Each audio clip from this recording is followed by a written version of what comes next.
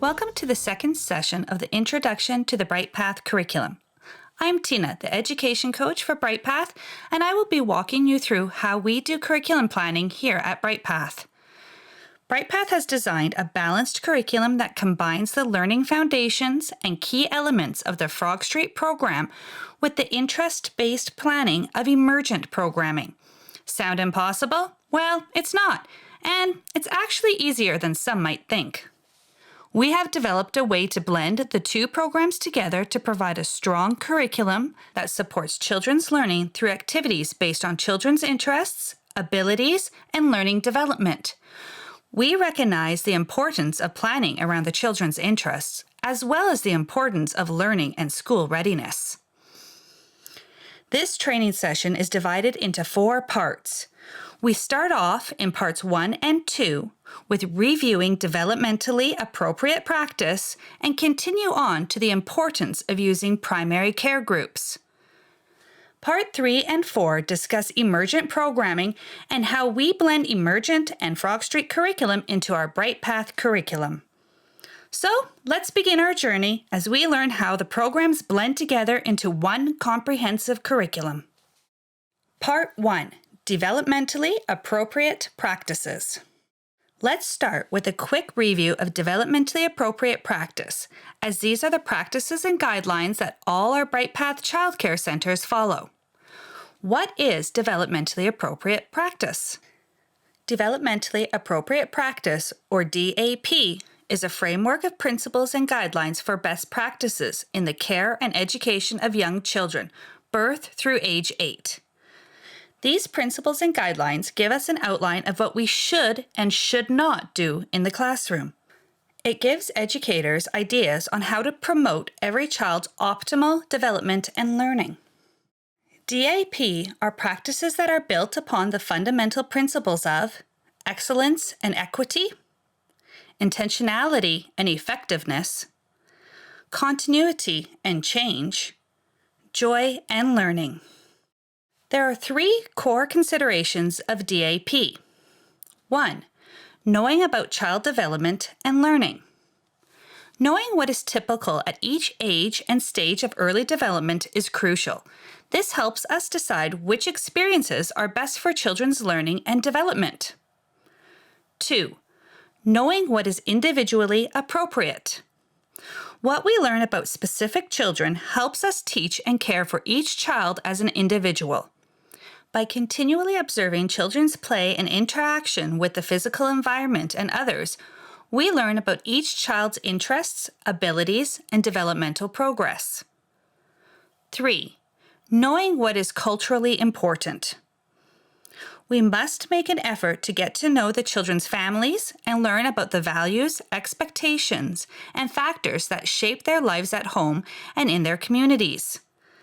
This background information helps us provide meaningful, relevant, and respectful learning experiences for each child and family.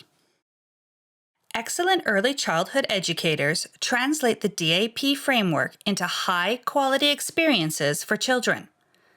These guidelines address 5 key aspects of the teacher's or educator's role. 1. Create a caring community of learners. 2. Teach to enhance development and learning. 3. Plan curriculum to achieve important goals. 4. Assess children's development and learning. 5. Establish relationships with families. Here are a few examples of correct and incorrect DAP activities and situations. Correct. Hands-on experiences with real objects. Allow the children to touch and explore materials as they learn. Incorrect. Rote learning and memorization. Although this may be the method that is very common for teaching math and writing, or at least used to be, we now use hands-on experiences to promote learning and development in these areas of learning. Correct. Small group activities. Children learn best in small groups where they aren't overwhelmed and have their own personal space. Incorrect. Teacher-directed activities only. Activities should be a combination of teacher-guided and child-initiated activities. Correct. Children offer choices. Children should also have a choice as to which activities they are able to participate in throughout the day, even during group times, quiet time, and outdoor play experiences. Incorrect. Saying "great job." Great job is a general statement that does not indicate who the educator is talking to or what the child is doing. Use the child's name and comment on their specific actions instead. For example, "Wow, Susie, I see you wrote the letters A, B, and C." Correct. Curriculum addresses key goals and concepts.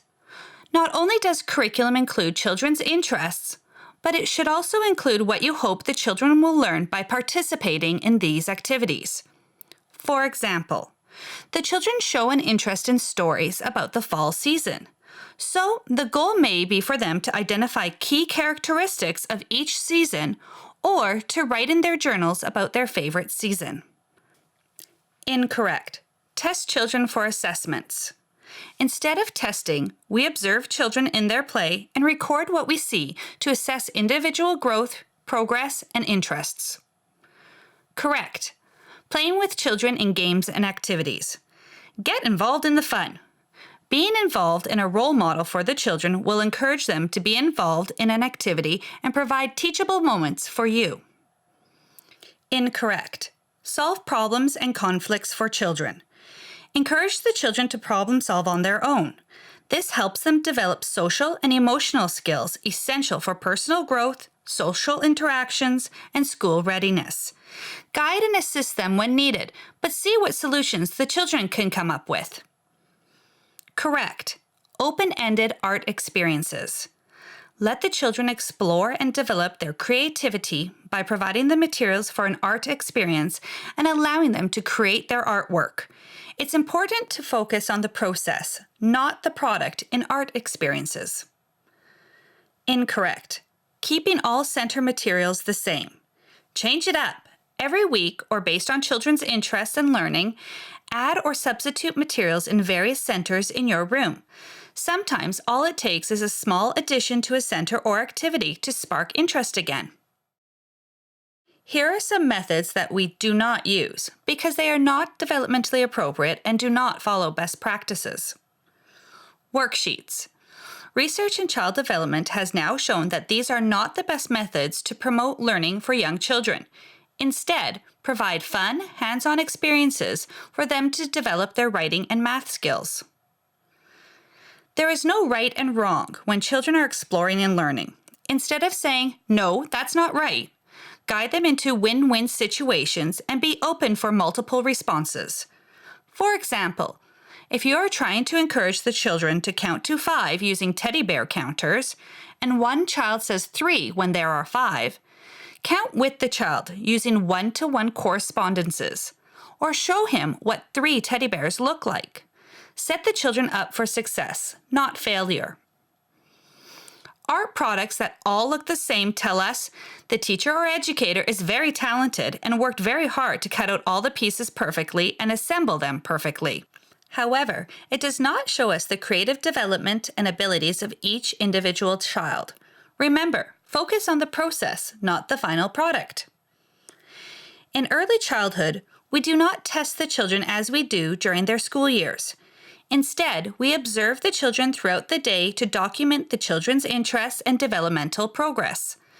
We use various observation and documentation techniques to help us assess where the children's needs and abilities are and to provide activities that will support and encourage future development. Coloring pages provide the children with what the final picture should look like instead of encouraging the children to draw what they think the object or scene looks like. For example, children may have different perceptions of what color an apple is, especially if they only get the green apples at home and not the red ones. Allow them to tell and show you what color they think an apple is instead of you telling them. Here are some picture examples of ways to implement activities such as math, writing, and art in a developmentally appropriate method. Provide materials for children that encourage them to build, discover, and explore the materials in their own creative ways. Writing can be learned through experiences, such as trying to write a word on their own with a word card as a reference, writing letters or words in shaving cream on the table, or using a paintbrush and writing words on a rainbow salt tray. Be creative when helping children with emergent writing skills. Children are more likely to learn and understand math concepts when they are able to explore the concepts with hands-on activities.